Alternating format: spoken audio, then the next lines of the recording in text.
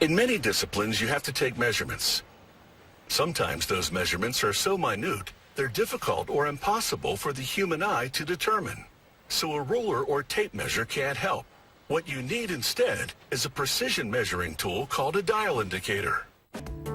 On this dial indicator, each graduation is 0.001 inches. A full revolution of the hand measures 100 thousandths of an inch.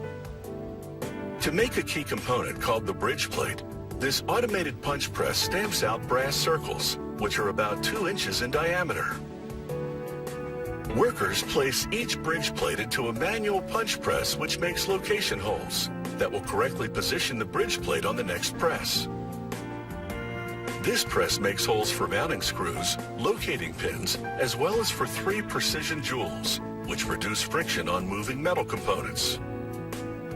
This lathe begins the process of shaping a stainless steel rod into the dial indicator's main measuring component called the rack. Under a shower of cutting oil, the machine drills and threads a hole on each end for attaching a contact made of plated steel. Next, this milling machine cuts teeth, spaced 25 thousandths of an inch apart. One of the dial indicator's gears runs along these rack teeth to turn the hand that displays the measurement. This computer-guided machine forms an aluminum bar into another key component called the bridge. The bridge has holes for screws and locating pins that align with those in the bridge plate so that the two can fasten, sandwiching the gears in between. The bridge also has holes for 3 jewels, which workers insert with a punch press. Jewels are donut-shaped synthetic rubies set in a brass ring. They line the holes for the gears and other moving components. The jewel surface is very smooth, so it eases friction on the component. Workers check every jewel under a microscope to make sure it didn't crack when pressed into the hole. The dial indicator's outside case is made of aluminum, shaped by this computer-guided turning and milling machine. Workers spray the case with powdered paint, using an electric charge to draw the particles onto the surface in a thorough, even coat. Then they bake the case in an oven for 20 minutes to make the paint finish ultra-durable. They put the case on a machine that presses in top and bottom steel stems, which will hold the rack in place.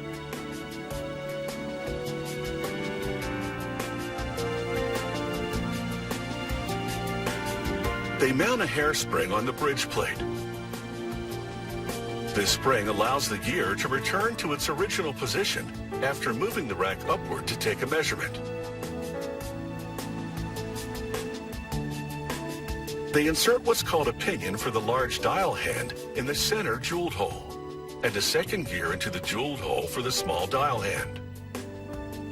Then they attach the bridge. Next, they insert the rack into the case through the stem and screw a contact into each end. Then they install a brass spring-loaded rack guide. It prevents the rack from rotating so that its teeth always face the rack gear. They mate the case with the rest. Then they push in the stem while holding the hand pinion to wind the gear.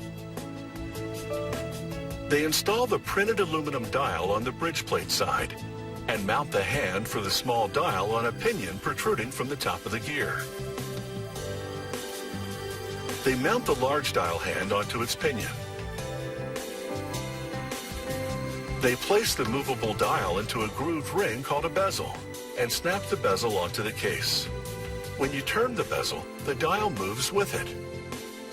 The back of the case is shaped with a lug for mounting the tool to a fixture. The movable dial lets you zero the indicator. You lock in the dial position with this twist bolt. The factory tests every dial indicator with this micrometer head. It pushes in the rack to a specific measurement.